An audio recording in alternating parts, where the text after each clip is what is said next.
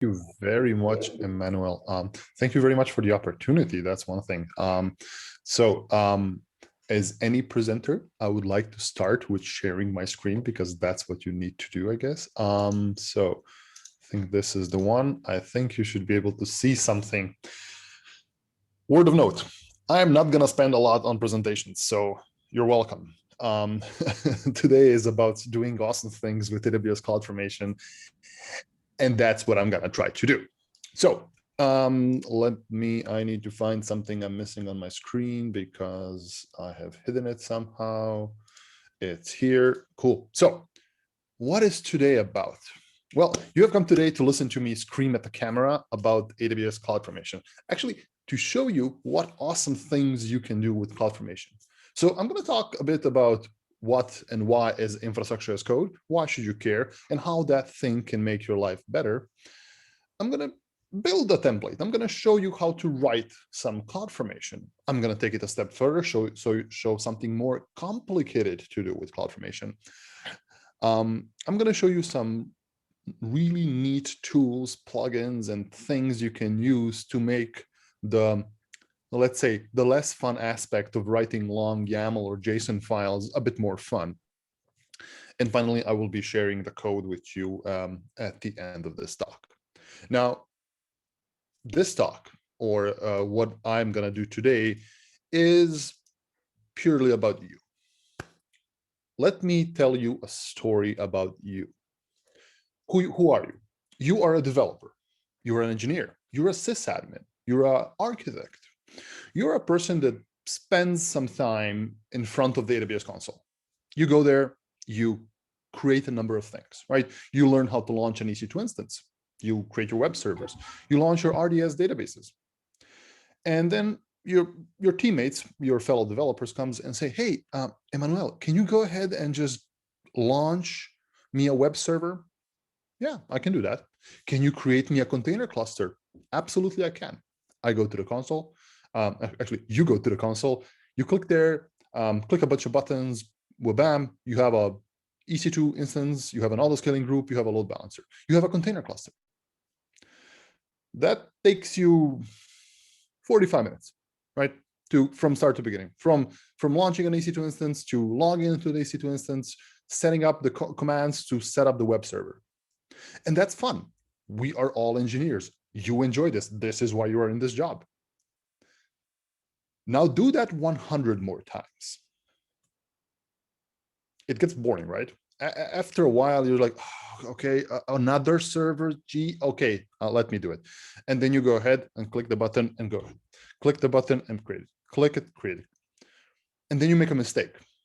And somebody from the other side of the aisle yells at you like, hey, you didn't create the server I wanted. This is not the way I want it configured. You had the best intention to do that, and you thought you had done it all, but you missed a step because you've done it so many times that it has become instinctual, and we're all human, we make mistakes. What if I told you there is a much better way for you to do this, a much better way for you to spend your time doing actually something better and letting some magic in the background do this tedious work for you?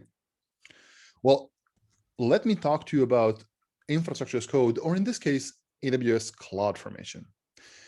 Imagine you have this thing like, well, actually, let me answer the question first. What is infrastructure as code? Why should you care about infrastructure as code? To answer this, I'm actually going to step back to the time where we would use our lovely old computers and rack them and stack them, put them in a rack, connect a bunch of cables, and have them running, right? This was fine, right? And this works, this is okay, but there are better ways of doing it, right? I will give you an example. When I was a young sysadmin in the long ago year of 2012, right? My job was to provision servers. I wouldn't put them in racks, but I would configure them. I would install operating systems on them and set up packages. So if you would tell me, hey, I need 500 servers for a specific task, it would take me 6 months to do it.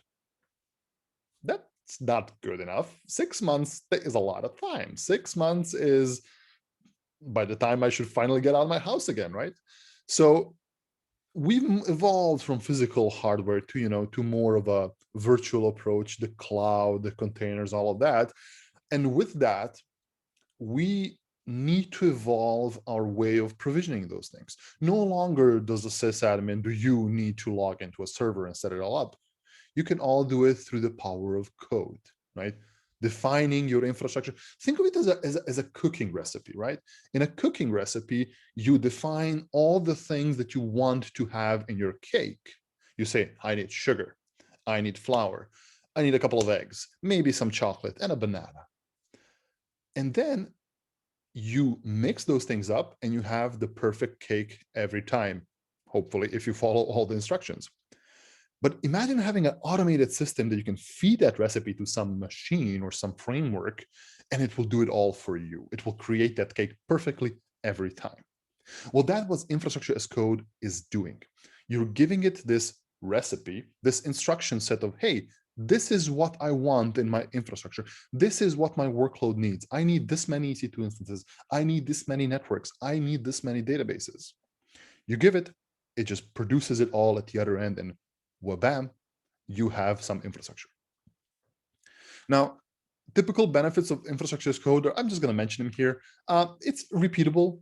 Hey, click 500 times on a console, it gets boring, but you can deploy the same recipe, the same template, 500 times without breaking a sweat.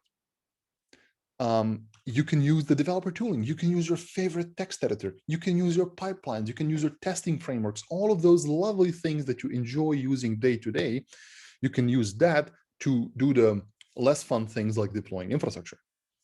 And on top of that, I would love to ask you a question. How many times did you have to replicate a production environment into developer or staging because a developer wants to try something out? And how many times did you do it perfectly by hand? Exactly. And using infrastructure as code actually helps you go over that. Just don't worry about it. Just have a template and deploy it to staging with the same exact configuration as production does. So today, let's talk about CloudFormation. Let's talk about infrastructure as code, how it can make your life, well, a bit better.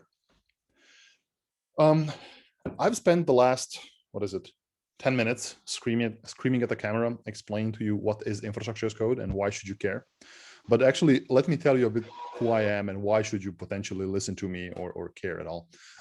My name is, as I was beautifully introduced this morning, my name is Darko Mesaros. I am a developer advocate at AWS. I've been working with AWS for 5 years now, which is a great milestone. Started off in premium support, answering telephones and answering emails of customers, moving on to solution architecture, helping the customers build the better thing they do. And well, now I'm a developer advocate, or I get to scream at the camera a lot. But most important, when I get to interact with you right like this, I want to hear your feedback. I want to hear your thoughts on, hey, Darko, CloudFormation is great, but I wish they had this, or I think they can do better in that. So I should be your voice within AWS, so feel free to let me know about the things. And if you want more of this big bald head, the social media information is somewhere. I'm not sure where the presentation is. It's on the slide. You can follow me on the Twitters, LinkedIn's, and also more videos. If you want to hear more about the infrastructure as code and CloudFormation and all the other things, my YouTube channel is full of my live streams. So go ahead and hit that, smash that like and subscribe button. But let's move on to the most important things, the topic of the day, AWS CloudFormation. What is AWS CloudFormation? I'll give you a thing. Well, you know what? I mentioned what the infrastructure as code already is, right? It's the process of defining your infrastructure to templates. Well, CloudFormation is exactly that, specifically for AWS. So it is the OG infrastructure as code framework on AWS. It gives you the ability to write your lovely templates in either YAML or JSON. And those things will basically be your instruction books, your recipes on how to create your infrastructure. Now, the beauty of CloudFormation is compared to like using an SDK to script your infrastructure, because that's how we used to do it in the past. The beauty of CloudFormation is that it is a declarative language. So instead of me telling AWS CloudFormation, hey, run this command to run my instance. I will just describe, hey, I need an instance. I want it to be a T2 micro, and I want it to have this much storage. I do it in a lovely text file, send it off to CloudFormation, and then CloudFormation will handle the rest. CloudFormation will think about, which API call I need to make or not. You don't have to worry about it a bit. You're done.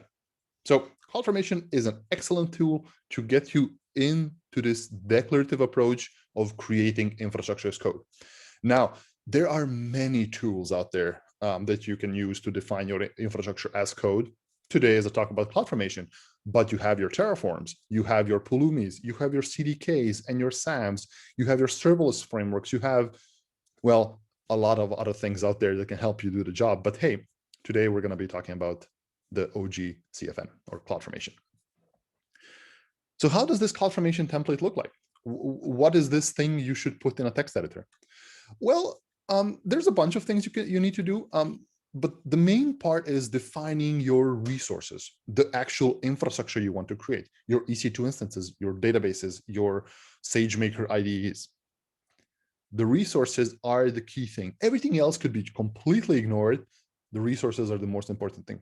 But having just a fixed, hard-coded information in a single file is great for kitchen recipes, for your cake recipe. But in the flexible world of the cloud, we want to augment that.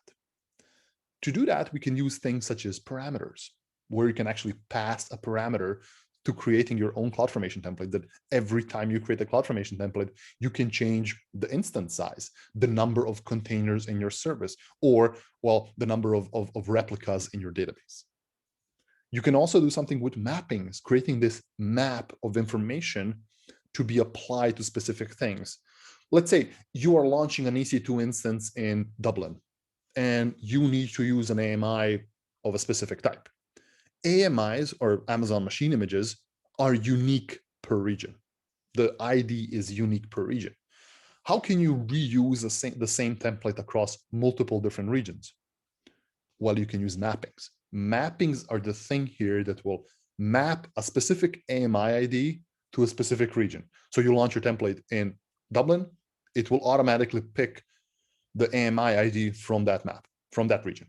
If you do it in Stockholm, it will pick the AMI ID from Stockholm, etc. So it helps you make things that much better, make it a bit more flexible, if you say. Conditions. YAML and JSON files are very static text files, I said, right? But you can actually introduce conditions. For example, if you pick a specific instance type, or if you pick a specific parameter to be, let's say you create a parameter called environment, where you will define, is this production, staging, or dev? And based on that parameter, you can use a condition to say, hey, if this is staging, I will create 3 instances in my autoscaling group. If this is dev, 1 is enough. But if this is production, I'm going to scale it up to the 50 as we need it. So you can set up those things to kind of explain or define your template. Again, give it a bit more flexibility, give it a bit more agnosticity, depending on what you do. So I hope that makes you understand what CloudFormation is and how can we use it. But I was always told that the best ways to learn things is actually to see things, not to listen to a bald guy yell about those things. So let's actually see some CloudFormation in action. I have a couple of templates I want to build with you. We can play around with some things, and yeah, I'm gonna switch to a desktop sharing mode now. So please bear with me. Clicking the share screen thing, advanced, content from the second camera, because movie magic, this is gonna go from the second laptop. Boom. You should be able to see my, my terminal window now. I like terminals, they're nice and colorful, and get to the message. Before we continue, let me do something. Deploy Acra. Okay, I'm gonna just hit a button, something's gonna happen in the end, and I'm gonna let you know what it is later on. So what are we going to do today in our code? Well, actually, let's create a simple template. Let me show you how to write that template in your favorite text editor. And let's try to deploy that template also on AWS. Okay. So to kick us off, I'm going to go ahead and create a new template, a small little EC2 instance, nothing special. I'm not going to do anything too complex in this case, but I am going to just write a single resource. So we should have something here. We don't. So vim template YAML. So I'm creating a small template here that's going to create a single EC2 instance. To start us off, we need to define some metadata. These are some boring things that you need to define on every template, like the AWS template format version. This is here exclusively for backwards compatibility. If at one point we change the format, you can actually the API version, you can change this thing. But so far, it's always this same exact number, 2010-09-09. Then you can do this, but you don't have to. But the description, descriptions are terribly important. If you create a text file with just some resources without a description what this is, the person actually using this template might struggle to figure out, hey, what do I need to do with this? So let's add a description. Let's do it like this. This will create a simple EC2 instance for the meetup. There you go. There you go. So perfect. Now, resources.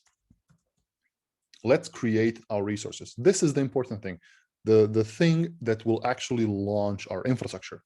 So let's create a my EC2 instance. This is just giving it a logical name. This is me defining, hey, this is the variable for my instance in this case, right? What am I going to do? I'm going to create a type of AWS EC2 instance, right?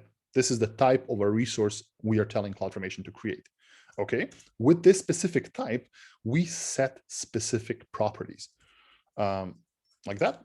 And there's a bunch of properties we can set on this, from your EBS volume size to user data to specific things you wish to configure on an EC2 instance, like anything before. But there are two things we need to define. Everything else is optional. These two things are critical. Number one, it's the image ID. This is the AMI you will be using. So this is defining which AMI, which machine image will this instance be launched from. I'm going to choose Amazon Linux in this case. Now, I have the ID in front of me. Don't think I know this by heart, but I'm going to literally add a string ID of the AMI I want to use. So it's AMI EA3405 D2 V222 162. Okay, so let me just verify this. 3405 D2 52212. Okay, perfect. So this is the image ID I'm going to be using for my instance. This is basically telling CloudFormation, hey, launch an Amazon Linux EC2 instance. Other thing I need to define is actually the instance type. So this is where you define the size of an instance. This is going to be a T2 micro, T3 micro, whatever, right? So I'm going to go for T3 micro in this case. So this will launch an instance of a size T3 micro in our AWS account. Perfect. I have saved this file. Excellent. Now let's go ahead and switch over to this thing here. I'm going to go to CloudFormation. This is my CloudFormation, my CloudFormation dashboard. I'm going to click Create Stack. Actually, just zoom in a bit. I'm going to select here, upload a template. Choose file. I'm going to go ahead and choose a new file. It should be somewhere in this directory, examples, simple instance, template. That's it. Selecting this. Bam. Excellent. Click Next. Give this stack a name. Now, this is a name just so you can identify the stack within CloudFormation. I'm going to call it Accra Meetup. Click Next. If all things should be fine, I should get no errors right now, fingers crossed. And I should click the Next button. And once again, I need to click Create Stack. This will actually execute all of this. So bam, bam. We can see on the left-hand side here, we can see that there is create in progress. So our stack is currently being created. One of the things we can see here in the events page, we can see the current events. When new resources will start creating, you will see events here on the things that have been created. For example, my instance is There's a status called create in progress. Perfect. Again, create in progress, resource creation initialized. And we have finally finished with that instance. This means that our CloudFormation template has actually just created our single instance, which you can see here. If I go to the instance, bam, you see this instance is running. It's running a T3 micro instance, currently initializing, but yeah, overall, we are right now there. Okay, Darko, you showed me how to create a single EC2 instance in a CloudFormation. That's amazing. You are wow, right? No, that's you don't usually use CloudFormation to create a single instance for this use case. But how about I go ahead and create a VPC, a bunch of subnets, an autoscaling group, a load balancer, and I install a web server on it. How long will it take me? How long will it actually take me to do that? 20 minutes? 40 minutes? You know, I guess half an hour if I know what I'm doing. Or I can spend that time talking to you, like I did in the beginning. If you remember the thing I did in the beginning, the little deploy me thing, I've actually launched a CloudFormation template to create exactly that. That CloudFormation template has created a stack called Hello Accra. And here it has created a load balancer, a target group, a listener, CloudWatch alarms for CPUs, security groups, launch configurations, auto-scaling groups. It has created all of these things to generate a little web application that says, hello, Accra, I hope you're having doing fine this morning. All of that was done while I was writing up this little small silly CloudFormation template in the background. I have saved myself time to create this so I can talk to you, so I can share the knowledge. You can do the same thing. By using CloudFormation, by using infrastructure as code, you can save yourself a lot more time and actually use that time to do something better, like talk to the lovely community from this user group, right? But let me show you that template. Let's actually have a look into that template on how does it actually look. So let me switch to another tab. Let me show you how things here look. So if I go to that template, and we will see here that it's a relatively big template, right? It has 18 kilobytes of text, so it's much larger than the one I've used before. The other one I've used before is just a bunch of lines, right? So let me actually switch to a different code editor just to make it more simple for you, and so you can kind of understand what this template is about. I'm going to use VS Code here because it's kind of one of the favorite text editors of a lot of people out there, even though I prefer Vim. In this case, I'm just going to show you code because code has amazing things when it comes to CloudFormation. So one of the things you can see here is that there is this big old template here, and it has how many lines of code? Let's actually scroll all the way down, and we can see that it has 644 lines of code. That's a lot of things. How long did it take me to write this? Well, it took me a while. Actually, I've copied this example from somewhere, but it would take you a while to create all of this. But at the end of the day, you write it once, and then you can do all of these things all over again, thousands, tens of thousands of times, however your limits or budget allows you, without having to break a sweat. And you can see that there's a lot of things here, like these mappings. All of these things you see scrolling by right now are mappings. The thing I told you, hey, if you use something in a specific region, this is the AMI you should use, or this is the platform you should be using for a given instance type. So this could have been a lot shorter, a lot less lines, but at the same time fulfilled the same thing. So, and what does this also present besides just a lovely YAML file that does a lot of things for us? It presents self-writing documentation. Let me ask you a question. How much time do you spend on creating documentation? And don't say nothing, because you have to create documentation, right? So when somebody tells you, you have to give me documentation on what you have created and how does it look like, you usually have a little text file next to you, and you just add notes what you do and how you do it, and you create a run book or an actual documentation explaining what you run. This thing right now, this thing that you're seeing here, this is self-writing and self-updating documentation, because I can have a look at this, of course, with a bit of experience and see, okay, yep, I'm creating an SNS topic called notification topic here. I'm going to be using something called an operator email, which is contained in my parameters. I have a web server group. This is my auto scaling group being created, and a bunch of other things. So even in these very complex pieces of code, you are quite easily, well, quite easily, depending on the size of your code, able to basically read into it, read and understand what is being created. Let's talk about something that can help you create these, I wouldn't call them horrible, but these massive CloudFormation templates. Let's create a CloudFormation from scratch. Okay, and let's do it in VS Code, because I can show you how to do it faster. Let's create a new file.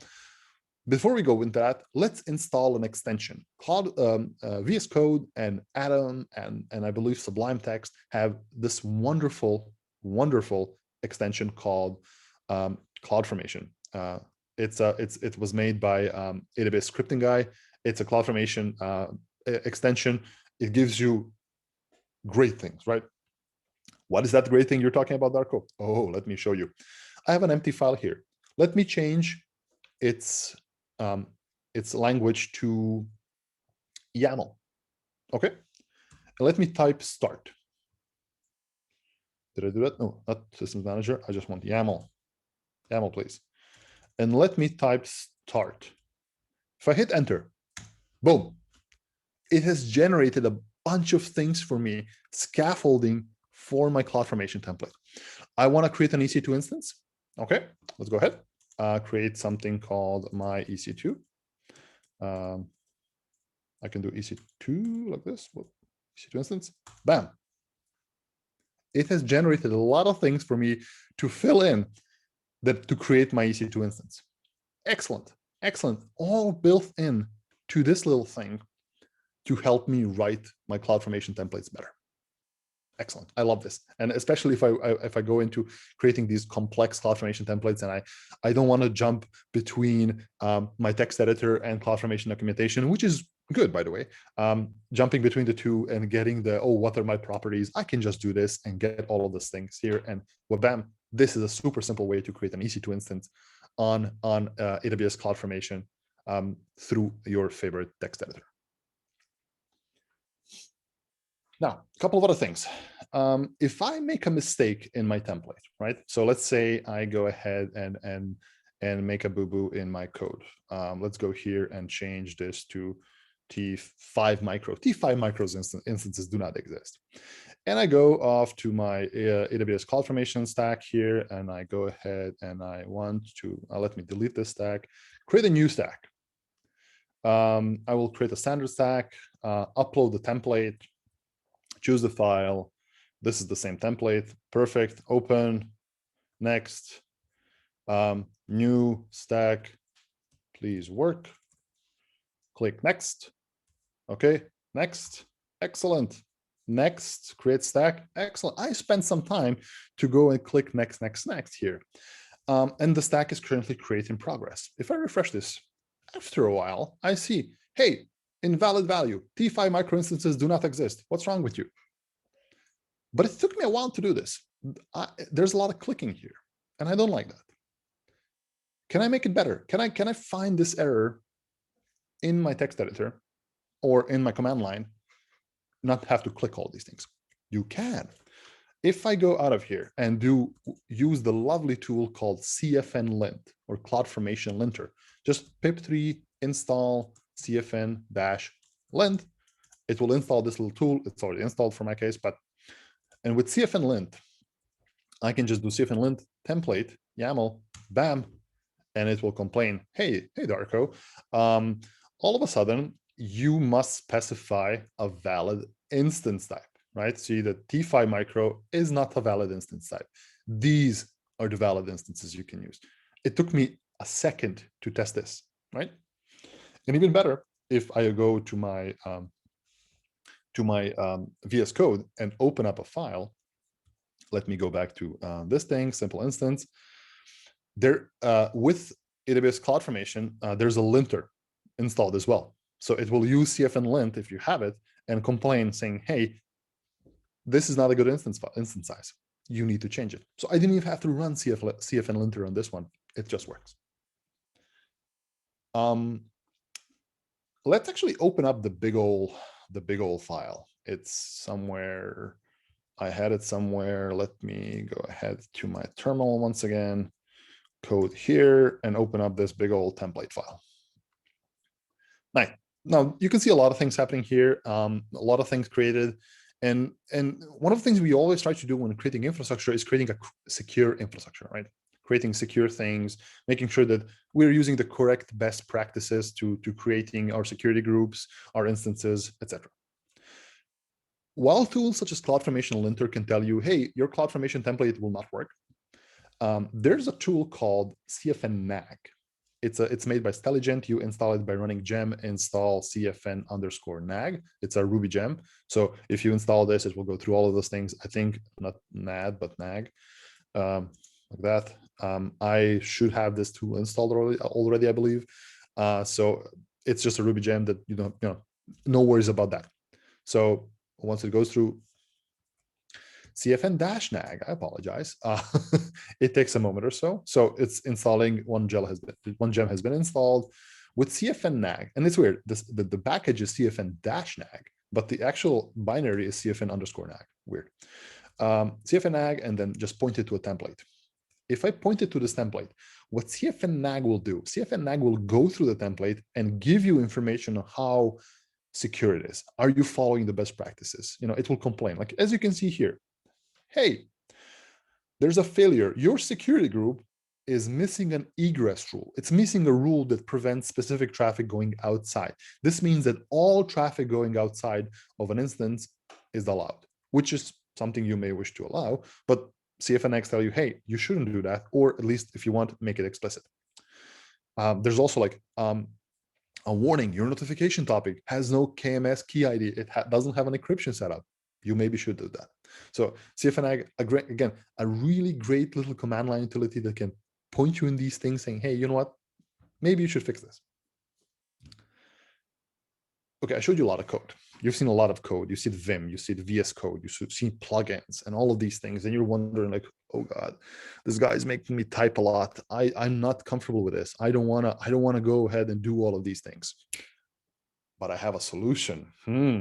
For all of the folks who like to click, there is a lovely tool out there built by the lovely Sir Ian McKay. Ian is an excellent developer. He makes a lot of great tools out there for AWS, and he made a tool called Console Recorder. Let me show you what it is. For the sake of argument, I'm going to go ahead and create an EC2 instance, right? I want to create an EC2 instance.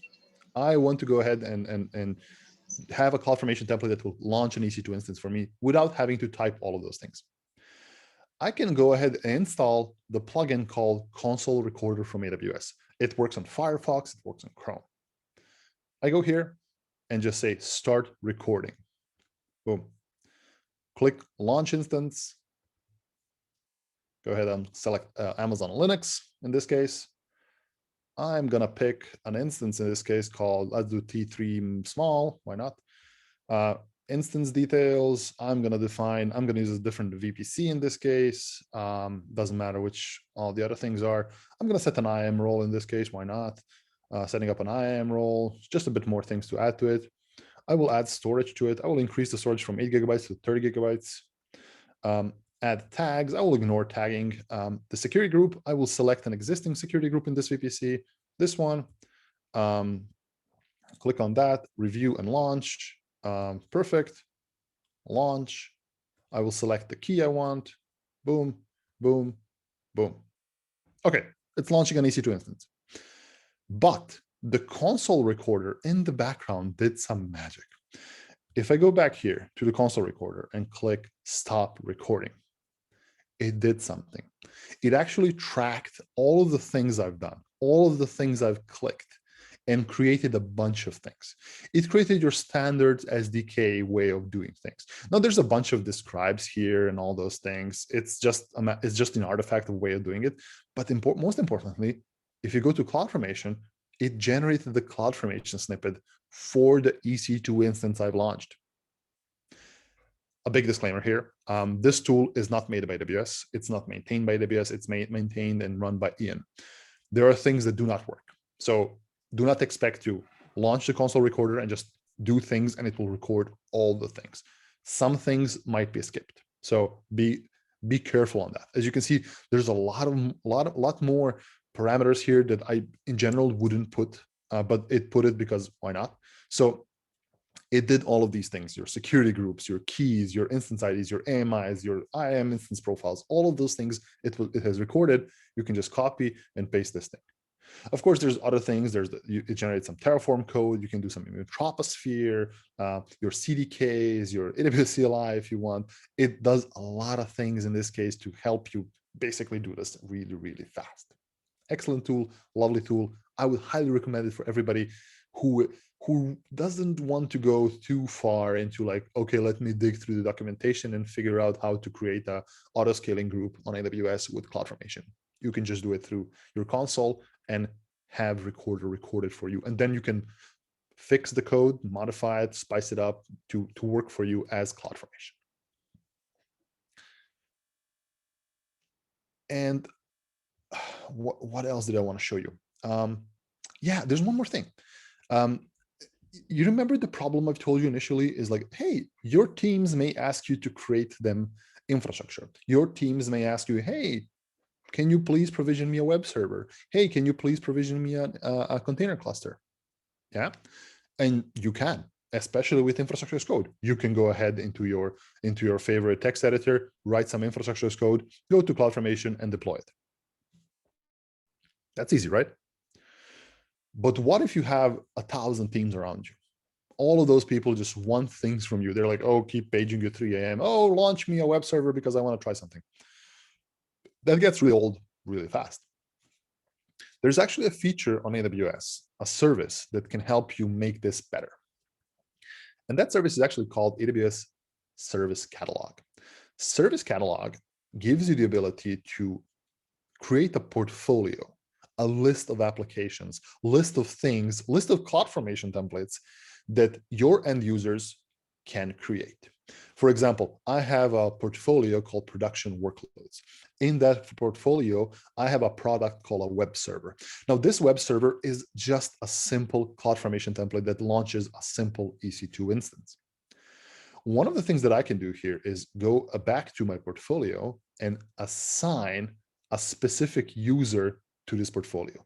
You know, you have a user called, I don't know, I have Darko, right? I can give Darko access to this specific portfolio of things. Then what Darko doesn't have to have any permissions. Darko doesn't have to have any administrative permissions, nothing. Like the person only needs to be able to log into the console and access service catalog. So let me show you. Here is a user that has no permissions. His name is Grunf, and Grunf is going to actually go ahead and use service catalog and launch a web server for him. If he goes to products, he is able to see, oh, I can create this web server. Click the launch product button here, and he just needs to give it a name, my web server. And then finally, he has some parameters to add, the instance size and the key pair. Simple as that. Launch product. Boom. My end user, my developer, my QA person, my marketing person didn't have to have any knowledge nor permissions on AWS to launch a CloudFormation template. I've created the CloudFormation template for them. I've extensively spent time designing it. And then you give this CloudFormation template to your end users by the use of Service Catalog. Super great. Excellent. There's a lot of things you can do with Service Catalog. I'm not going to make this talk about Service Catalog, but here's another way you can utilize the time invested in AWS CloudFormation to make it even better, to provide it to your end users so you don't have to get paged at 3 a.m. To launch a simple web server. With that, let me actually go back to something. I need to go to the thing. It's here, stop share, and then share, and this and this. Boom. Okay. You saw it in action. You saw the lovely CloudFormation examples. You've seen all of that. And just to give you one thing to remember me, right? So maybe tomorrow, maybe on Monday, you will also take on me when you look into the code. So here's the link to the Git repository. All the code I've created is available on that Git repo. Nothing special, but if you want to look at the code, the scaling, auto-scaling group, the simple EC2 instance, all of those things, it's available in my GitHub repo. So check it out if you want. If you want to have a deeper look into this. I'm going to be adding more code to that as we go along because I love doing CloudFormation and I want to add a lot more things to my CloudFormation portfolio. So slowly wrapping up, a couple of takeaways.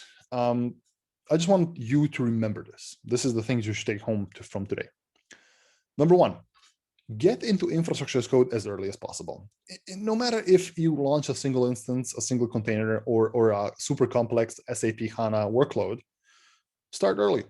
It will make your growing easier, right? The way you expand your infrastructure will be much more controllable. You will understand what kind of changes you make and how you make them. You version control your infrastructure. Amazing. So do not think of any workload as too small for your infrastructure as code.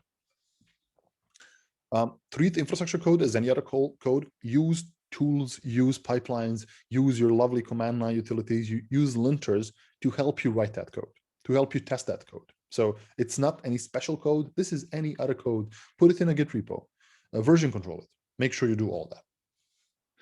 And ultimately, use the tools that best fit your needs. Use the tools, use the plugins, use all of those things that kind of, well, make you enjoy writing this code, because ultimately we want to enjoy writing our infrastructure code. So it is a bit more fun. One last point is, if you, like any good presentation, I need to suggest a book, right? I don't have a slide for a book, but I have a book. So book by Mr. Bradley Campbell, The Definitive Guide to AWS Infrastructure Automation. So if you're interested in AWS CloudFormation, in Terraform, this is a great book to get you started. It's 350-ish pages long, worth everything. So if you're getting started, or if you are already doing something in CloudFormation, it's a good reference book that you can use for that. Highly advised. So screenshot this if you want. So you can pick it up at some other point on your favorite online-based retail store. Before we go, you remember me creating those CloudFormation templates, and you've seen something like this, the status, oh, it's create complete. Oh, CloudFormation gave me feedback. It told me, hey, your stack worked, or hey, your stack didn't work, it sucks. Please give me feedback. I want to hear if this entire presentation worked. Is this entire presentation okay? Has it deployed successfully, or do we need to roll back? Your feedback is very important to me and to us at AWS. So check that link out. There's a little survey, I think 5 questions that you can just answer. Is it good? Give me your feedback. Tell me what's good. Tell me what's bad. What can I improve? And what more would you like to hear from a big bald guy here? And with that, thank you very much. My name has been Darko Mesros. I really hope you enjoyed this presentation. And since we are relatively fast along, I would love to get your questions answered. So if you have any questions regarding AWS, CloudFormation, infrastructure as code, why do I have so many old monitors around me? Whatever. I will love to answer it. Thank you.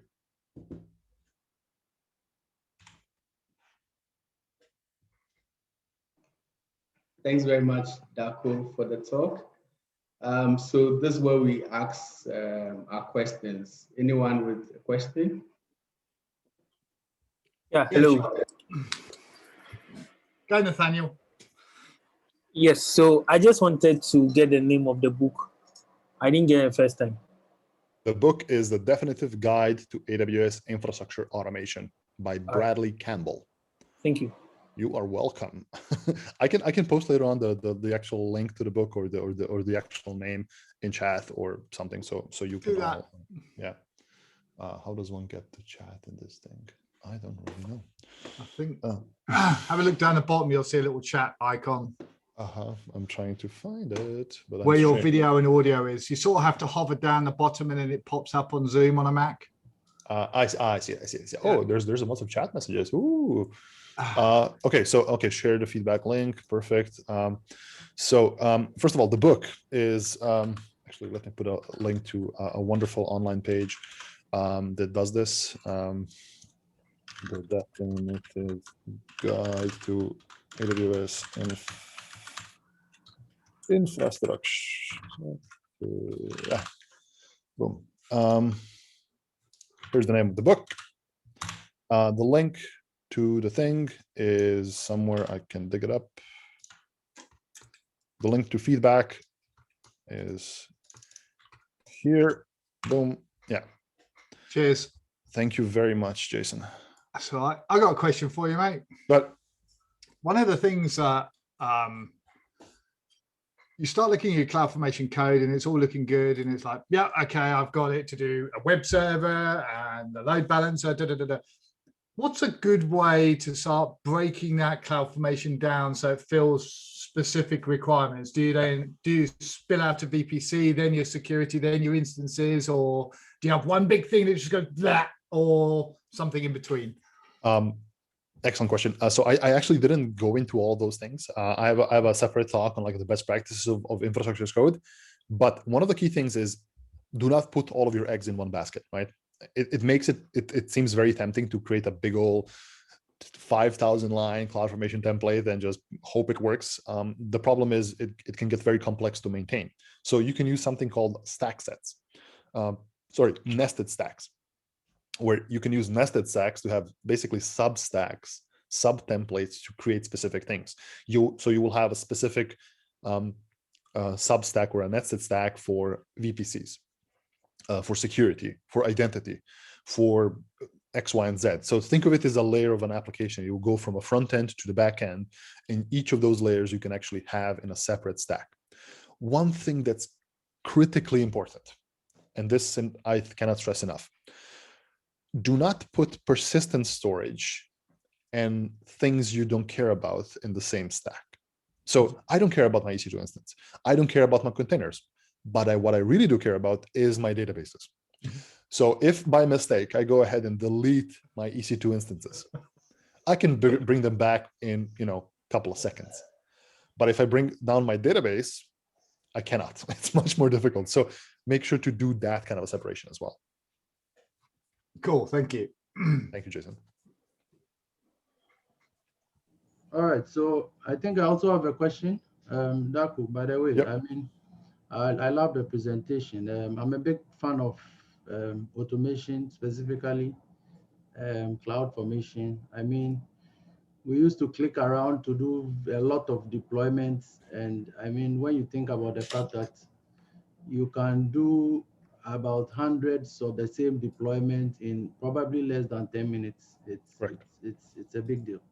Yeah. On the other side, I'm still also a very big fan of JSON, and I usually develop my templates with JSON until I got introduced to SAM, and that's more of the serverless deployments with SAM, and that forces you to do YAML. And I'm just asking, is there a tool to help conversion from JSON to YAML? Let me show it to you. I think it's called this way. Yes, it's called CFN Flip. It's called CFN Flip. CFN Flip. Flip. If I do template YAML to output will be I love JSON. JSON. Oops. Just like that. There you go. It will convert my YAML template to I love JSON to JSON. So now, very important thing here. I'm not sure if this will work with SAM templates, right? Yeah. So SAM is specific because SAM is basically a macro, a transformation on top of CloudFormation. But it should work because ultimately YAML and JSON are interchangeable in this case. I think at the end of the day, all CloudFormation is JSON at the end, no matter how you write it. So it should be. I have not tried it with Sam, but I would suggest that you try to see if this works. Sorry about that. Let me mute him. Mm-hmm. Yeah. I think I mean, it might not work out of the box for some, like you are saying, because it's like a macro. It's a bit minified for the actual JSON template. So I'll try it out. It's good to know there's a tool for CF and Flip. Yeah. One of the things that, if we're going to get into discussion JSON versus YAML, there are pros and cons to both, right? I started off with JSON where it was only JSON. There was no YAML in CloudFormation. And my biggest pain there was escaping content. Like if you want to do a user data script, it's just super complex. It takes a lot of lines, a lot of escapes. It's just horrible. There is no comments in JSON. You cannot put comments on your code, which is very important. Exactly. But YAML has a problem with the tab spacing. It's bad. It's more than bad. So when you start confusing tabs, and all of a sudden YAML can take both strings and integers, and it's just it can be just a big mess. So I understand the reason why JSON is superior. So but ultimately I think it's easier to write in YAML. But hey, it's always your own kind of a personal choice and experience, right? All right. Okay, thank you. There's a few more questions here. Okay, so yeah, from Prince. Go ahead. So there's a question from Prince. How does Elastic Beanstalk differ from CloudFormation? Okay. It's not a stupid question. Mr. Prince, it's not a stupid question at all. The thing is, it doesn't. So Elastic Beanstalk is just a lovely interface, plus a lot of other things. So let me put this up. It's a lovely interface for CloudFormation. So when you go to Elastic Beanstalk and select a specific stack, so let's say you want to launch an application server running Python or Ruby. Ultimately, Elastic Beanstalk launches CloudFormation. It uses CloudFormation backend to create all of those resources for you. It doesn't do any magic with it, nothing. It literally generates a CloudFormation template and launches it for you. So that's the whole thing. Now, a lot of people find it super easy to just go to Elastic Beanstalk, click a bunch of buttons, and I have an application server running. And that's great. Although there are certain limitations with Elastic Beanstalk because it is so very prescriptive. It tells you what you should run and how you should run it, compared to like you creating your own CloudFormation template from scratch, where you can basically create whatever you want. So there's a slight difference, but ultimately Elastic Beanstalk is using CloudFormation in the backend. And if you launch a Elastic Beanstalk application in a stack and an environment, if you go to your CloudFormation console, you will see a CloudFormation stack from that Elastic Beanstalk environment.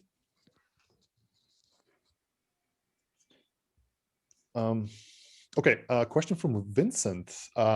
Can you please do a practical example or speak on the best way to update a CloudFormation stack which has provisioned resources being used in production? Say you need to change an instance type of an EC2 in production from T2 micro to T3 medium, or modify a security group. Okay, so I've not touched upon this today, but CloudFormation has specific update policies. When you want to create a resource, that's fine. It just creates the resources for you. But let's say you go ahead into your CloudFormation template that I've created before. Let me open up this one, right? And I want to change this instance. What was it? It was a T3 micro, right? Let's actually go ahead and change it. So it was T3 micro initially. I am going to change it to something else. I'm going to change it to T3 medium, right? Excellent. So this is actually going to go ahead and create, if I go to CloudFormation again, if I go to, I hope I have that CloudFormation template somewhere still. Is it still running? Let's see. It's not. So if I would go ahead and update a stack with a different instance type, because of the update policy, because of the way the instance works, it will need to replace the instance. So it will actually remove this instance and create a new one. So there are some update policies. If you go to like, let's go to the documentation, AWS Grafana EC2 instance. If we go to the instance resource, we will actually see that there is something called update require, right? So when you change a property of an instance, for example, if I go ahead and find the instance type, where is it? Instance type. Required is no. If I scroll down, update requires some interruptions. So at points, what does this some interruptions mean? It may mean that the instance may just go down for a second. It will be shut down and brought up as a new one. If the update requires replacement, that means the entire resource will be replaced with a new one. When talking about security groups are okay, because if you update a security group, especially if you update specific things, there will be no replacement. There will be no downtime. Basically, the security group will update without any downtime, without any production breakages or whatnot. When you update an instance type, there is going to be slight downtime, unless you're using an autoscaling group. Hence, another reason to use autoscaling groups. Even if you're using 2 instances, even if you're using a single instance, an autoscaling groups helps you change that. And then basically what you can do is, instead of having a single instance in an autoscaling group, you set the number to 2. It brings up a second instance of the new type. What happens then? You just reduce the number of instances to 1 again. It will remove the oldest instance and keep the new one there. Hence, you have no problem in production. So there is a way to do it. Absolutely. You just have to be careful on what you're updating. And well, sometimes if you're updating a database, you may want to think about doing it at a proper window to have some downtime. So there's another question. Yes, I see it. 20. Yeah. So for a newbie, which one is more approachable, CDK or CloudFormation? Okay, so I need to put this.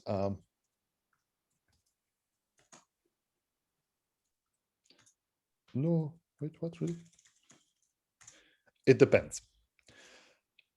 If you have experience in programming languages, if you are a Python developer, if you're a TypeScript developer, if you do C#, if you do Java, and you feel super comfortable in that, CDK will be second nature to you, because you're using all the best practices, all the elements, all the features of a programming language to build your infrastructure.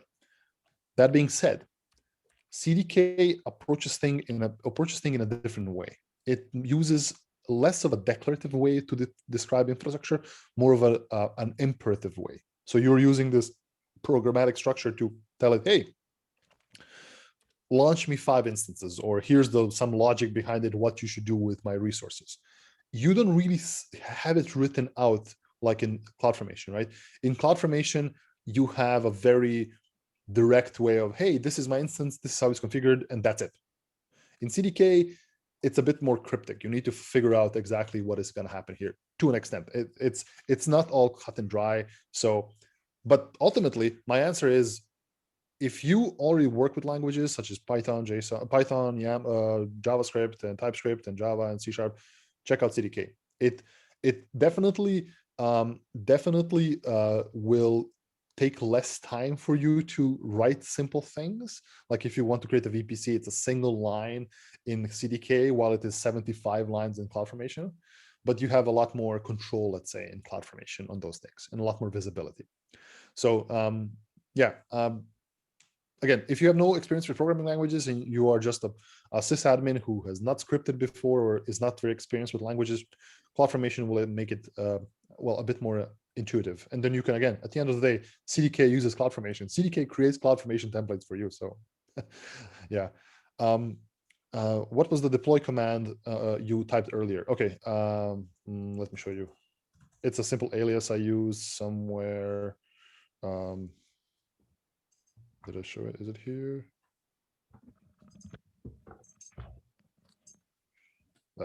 Not here. 1 second.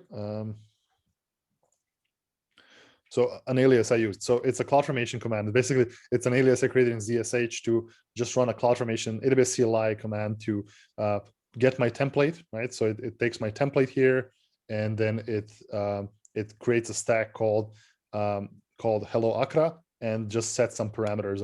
I've done it. So it's just a super fast way for me to create a stack from the console. So I don't have to explain to you what I actually did. So it's just a little, it's a little sleight of hand.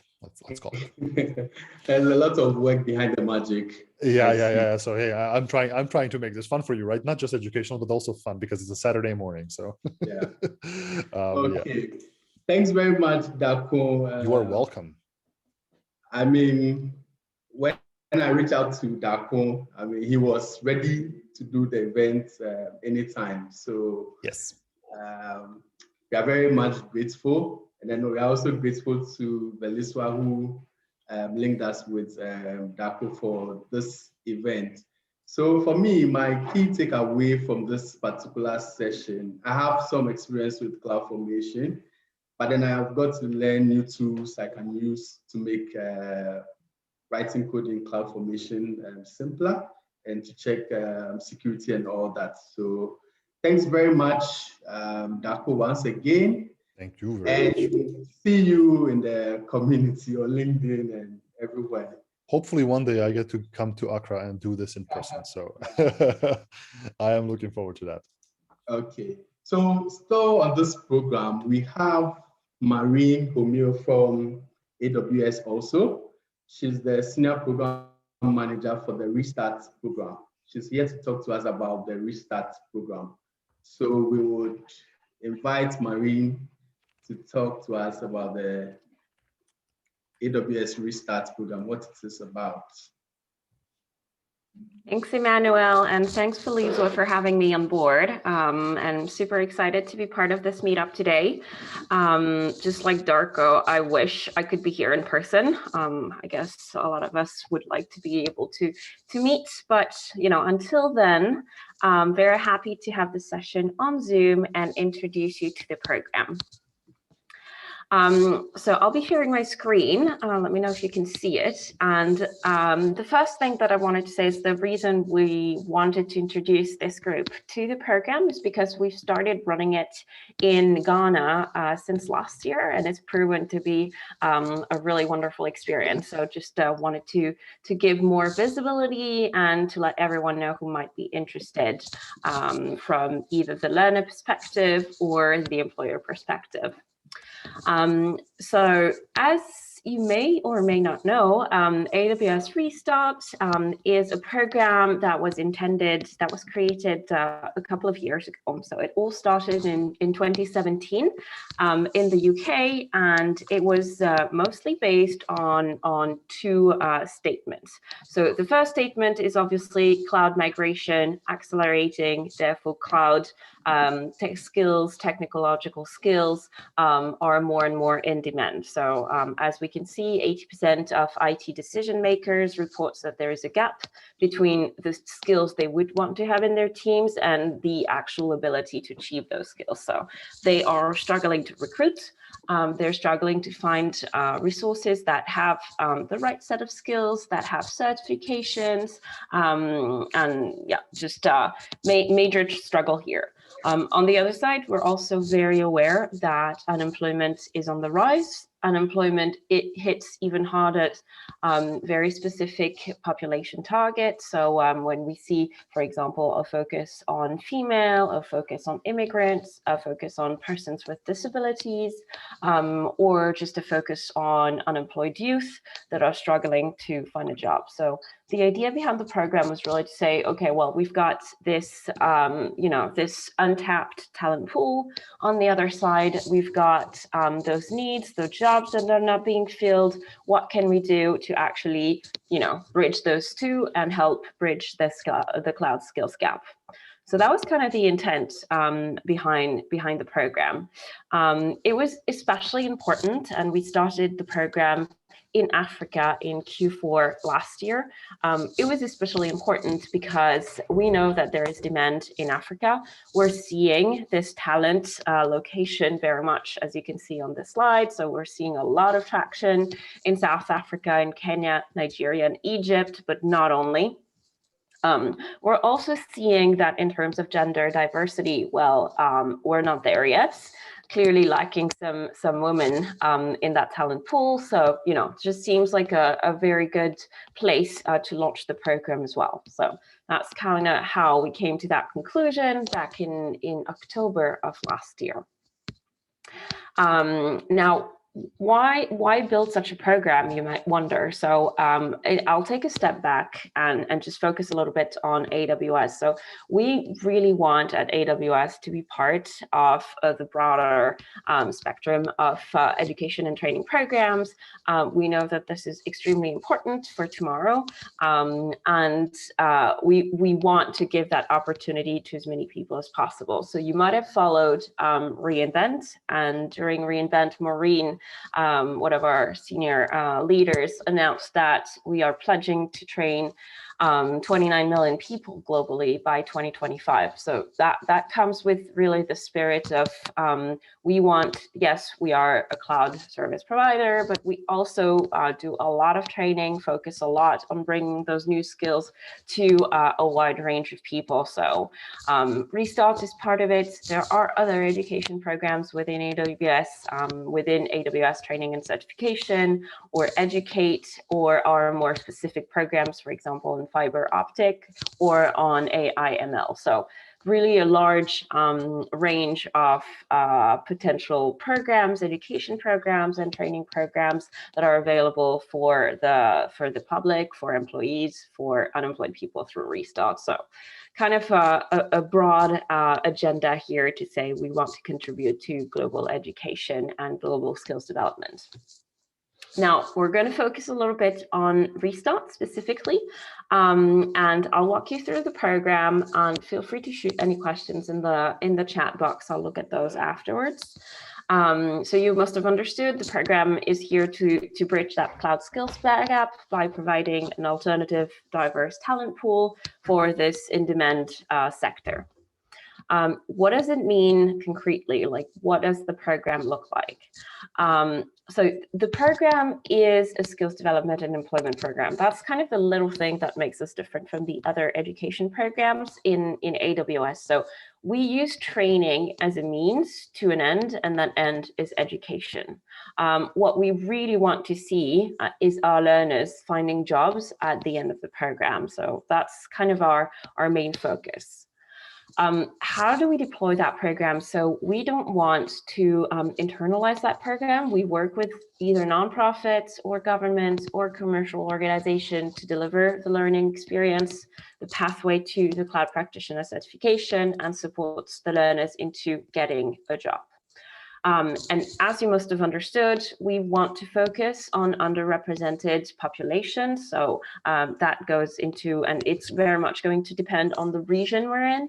But for example, we're going to focus on unemployed youth, or people that have been made redundant, have been made furloughed due to the COVID crisis, or we're going to focus on cohorts that are 100% female, or we're going to focus on persons with disabilities. So the idea is really to bring that opportunity to whoever is in need. Okay, so from the learner perspective, and I'll go back to what we've done in Africa so far in a second, but I want you to understand the program from like the learner perspective. So the program is divided into three phases. The first phase is going to be the 12-week intensive training program. So those 12 weeks are very much back to school style. It can be delivered in person or virtually. It is instructor-led, so you're spending 12 weeks in a classroom, a real or a virtual one, with an instructor, working on your curriculum, on your content, developing new skills. So those first 12 weeks really allow for a ramp up on foundational skills. You're going to spend 6 weeks on IT foundations, 6 weeks on cloud foundations. And embedded in all of this, you're obviously going to be working on soft skills and employability skills. So the idea is that you come out of this, you're day one ready to hit the job, and you're going to take the cloud practitioner certification, free of charge, obviously, and be connected with employers. So 12 weeks of training program, certification, connection with employers, and then you hop to the post-graduation pathway. So that post-graduation pathway this time flips to a self-paced e-learning program. So you're really going to have 6 months to ramp up to the level of the solution architect associate, or sysops associate, or developer associate. That's really kind of the idea here, that we want the learners to obviously get this sort of global foundational skills and take the certification, and then switch to a more self-paced program where they continue to develop those technical skills, and we continue to support them in that development. That post-graduation pathway is really made to function on the side of a job. It is adapted, whereas the first 12 weeks, as you must have understood, is not compatible with a job because it's full-time. But that post-graduation pathway works even better if you're on the job. So the idea is really, we continue to, make you ramp up on technical content, but you can do so while having a job, obviously. So that's kind of the learning curve from the learner perspective. And what we want to see is really that after 12 weeks, our learners do get connected with employers, do find the proper job. That being, internships, learnerships, long-term contracts. Some of our learners go into entrepreneurship as well, or start working with startups. So really very open, but yeah, the ultimate goal is really to find the right job for the right learner. Talking about learners, because that is very often a question that we get. So what's the ideal Restart candidate? So the first thing that I'll say is that this very much depends on the location, so on the country where the program is operating. In that sense, there are basic eligibility criteria that are going to depend on, for example, local regulations or local funding mechanisms that will focus on a certain range of population. So for example, in some countries, we're going to focus on unemployed youth, 18 to 26, because there are government opportunities that work on those targets. In other regions, we're going to focus on mixed cohorts with 50% of persons with disability, because that also matches, the local needs. So kind of first, program eligibility, obviously. And then we do test for a couple of things. So we don't look at necessarily professional experience. You don't need to have a background in IT. You don't need to have a master's degree in IT either. That's not the point. But you do need to have basic math and logic and aptitude for IT. The reason why we have this requirement is that we want to set up the learners for success. There are other programs out there that are a little bit longer, but this is a 12-week intensive program. It is super intense. So the likes of you being successful, if you've never even seen a computer, are slightly lower for considering the type of program. So obviously what we want is to set up our learners for success. So that's kind of the reasoning behind it. So we're going to have a little test for basic math and logic capacity. We're obviously going to be testing for motivation for the cloud. This is super important because the program is intense. We want to see a high success rate. We want the learners to give the best of themselves and enter a job day one. So really, trying to see who's highly motivated, who really wants to get into this sector specifically, and who's in for the long game. So that's kind of the things that we look out for. We obviously look out for communication skills and obviously commitment to complete the program. So that's who the ideal Restart candidate is. Now, I've talked a lot about the benefits for the learners. One of the things that I also want to mention, and then I'll talk about what we've done in Africa, and I'll open up for questions. But the last bit I do want to talk about is the employers and the professional pathway. So yes, this program is intended for learners. Yes, this is a fantastic opportunity for someone to gain new skills, but it's also an important opportunity for companies, for potential employers that are looking to recruit junior talent. So the learners develop some in-demand skills. They go into several career pathways. So we see two major career pathways. The first one is obviously going to be DevOps. So a lot of our learners go into DevOps Cloud Junior, SysOps Junior roles, and then eventually to SA roles as well. So that's like the main current. And the second one is going to be system and network technician and IT support. So with the wide range of skills that the learners develop, we can really see them going into lots of different directions. And that's super exciting because a lot of people tell us, well, you know, the cloud practitioner certification is the first level of certification. So what can learners really do? You know, are they really day one ready, and so on. And the idea is that the cloud practitioner certification is only 4 weeks of the program. The rest of the 12 weeks, they continue to develop those in-demand skills. So, you know, just when we see what the learners can actually do, and in Ghana, we have some very cool user cases, of our learners working on migration projects and cloud-related projects and solutions for employers. So we're seeing them to be, you know, really working on technical projects as soon as they get out of the program. So that's been pretty cool to see. And considering the time is almost up, and I do want to see if we have any questions, I'll just say that in Africa, we've launched in three different countries so far, so South Africa, Nigeria, and Ghana. And we're planning to launch in way more countries this year, with about 20 cohorts in different locations.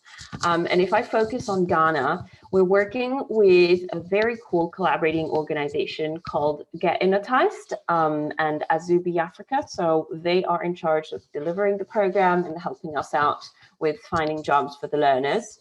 Our first Ghanaian cohort graduated 2 weeks ago, actually, and had one of the best success rate at the certification that we've ever seen, because we had 96% of the learners that passed the certification, and we are currently looking for roles for those learners to secure. So we're seeing a lot of traction either within local Ghanaian companies or with German employers through an offshore virtual employment model. So very successful first cohort. The second one has launched last week. So we already have 30 learners that are on the bench learning their new skills. And we plan to have a minimum of 4 cohorts in Ghana this year with Get Innotized. So lots of good stuff coming. All right, I shall stop speaking and have a look at the conversation. If anyone wants to get online and ask me a question directly, I would love so. So please don't hesitate. Maureen, there's a question for you. Yep. Person wants to know if there are plans for French-speaking African countries. Love that question. Yes, absolutely. I am working on getting the program, the Restart program in Senegal and Cote d'Ivoire within the coming months. So I don't know if those were the countries you were thinking of. And yes, we definitely intend on bringing it to more French-speaking countries after this. But the two first countries on the roadmap are Senegal and Cote d'Ivoire, and northern French-speaking Africa. So, for example, Tunisia and Morocco. So in Quincy in Cameroon, we'll have to wait a bit. Where are you located? Cameroon. Oh, Cameroon. So actually, Cameroon is also on the roadmap because we're looking at partnering up with the local organization and bringing it in Q3 of 2021. So you're not too far ahead. Okay. So that's the only question in the chats. Any other questions on Restart from AWS? Okay, thanks very much, Marie. Marine, sorry. No problem. Thank you, everyone. So for me, what stood out on this was the fact that aside the cloud skills, you're also giving them employment skills on interview prep and digital presence and all that. I believe this is going a long way to help them secure roles they're looking for. So thanks very much.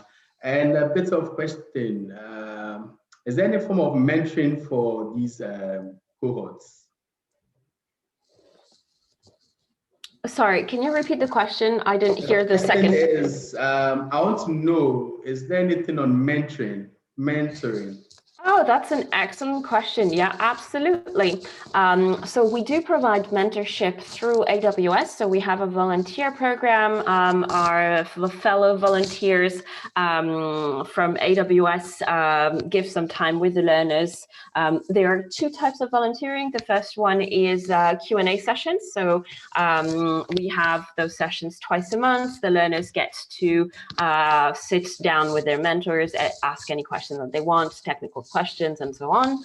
And the second type of volunteering and / mentorship is around employability. So they do a lot of interviews, mock interviews, preparing the CVs with the learners. So definitely part of what we want is for them to get a bit of the culture right ahead, because they're not necessarily from the cloud sector. So we want them to be infused with, the cloud mindset and yeah, working with the cloud people basically. So yes, we do provide those opportunities. Okay. So there's one last question. I'll give you 10 seconds to answer that. How soon are employment secured after the program? That's from Akainete. Okay, 10 seconds. Between 0 to 6 months. Our goal is obviously to do 30 days, but we monitor from 0 to 6 months. Okay, thanks very much, Maureen, for sharing about the Restart program. So let's go to Edwin, who will be running the raffle for today. We have some mini raffle. Edwin, our time is fast spent, so let's do that and then close the session. All right, Emmanuel, thank you very much. Yeah, let's do this quickly so that we can wrap up. Let me share my screen shortly. Unfortunately, we had a number of people who have dropped, but yeah, I mean, we still have a good number to do the raffle with. The share button. All right, so sharing my screen. Okay, all right, so I'll go ahead. So usually we give 25 AWS credits to people who participate in our meetups. That's, yeah, basically. So I'll go ahead. This is the list we have for today. A lot more people were in, but they dropped because they are not on the call anymore. So I'll go ahead and spin.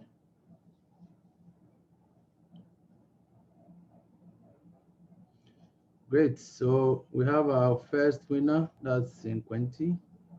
Let's do the second spin.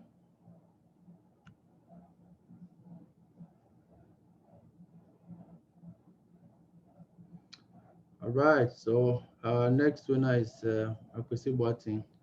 So yeah, please, at least Akwesi Boating, I think I have his email, but in Quinty, if you can give us your email, we will send the credits to you by mail. Yeah, so thank you everyone. And let me hand over to Emmanuel to end the session. Okay, so thank you all for attending today's session. Definitely it was a session we learned so much from Daco. Before we go, I'll be sharing some resources in our Slack channel. So if you are not there, please join our Slack channel. We'll also be sharing the recording for this session. It'll be on YouTube. We share on the Slack channel on LinkedIn as well. And then that's about it for this session. We'll have another session in March. We'll communicate to you through the various channels. Thank you very much for joining today, and have a lovely Saturday. Bye-bye, everyone. Thanks, everyone. Ciao. Oh, Bye. thank you. Bye. Goodbye, everyone.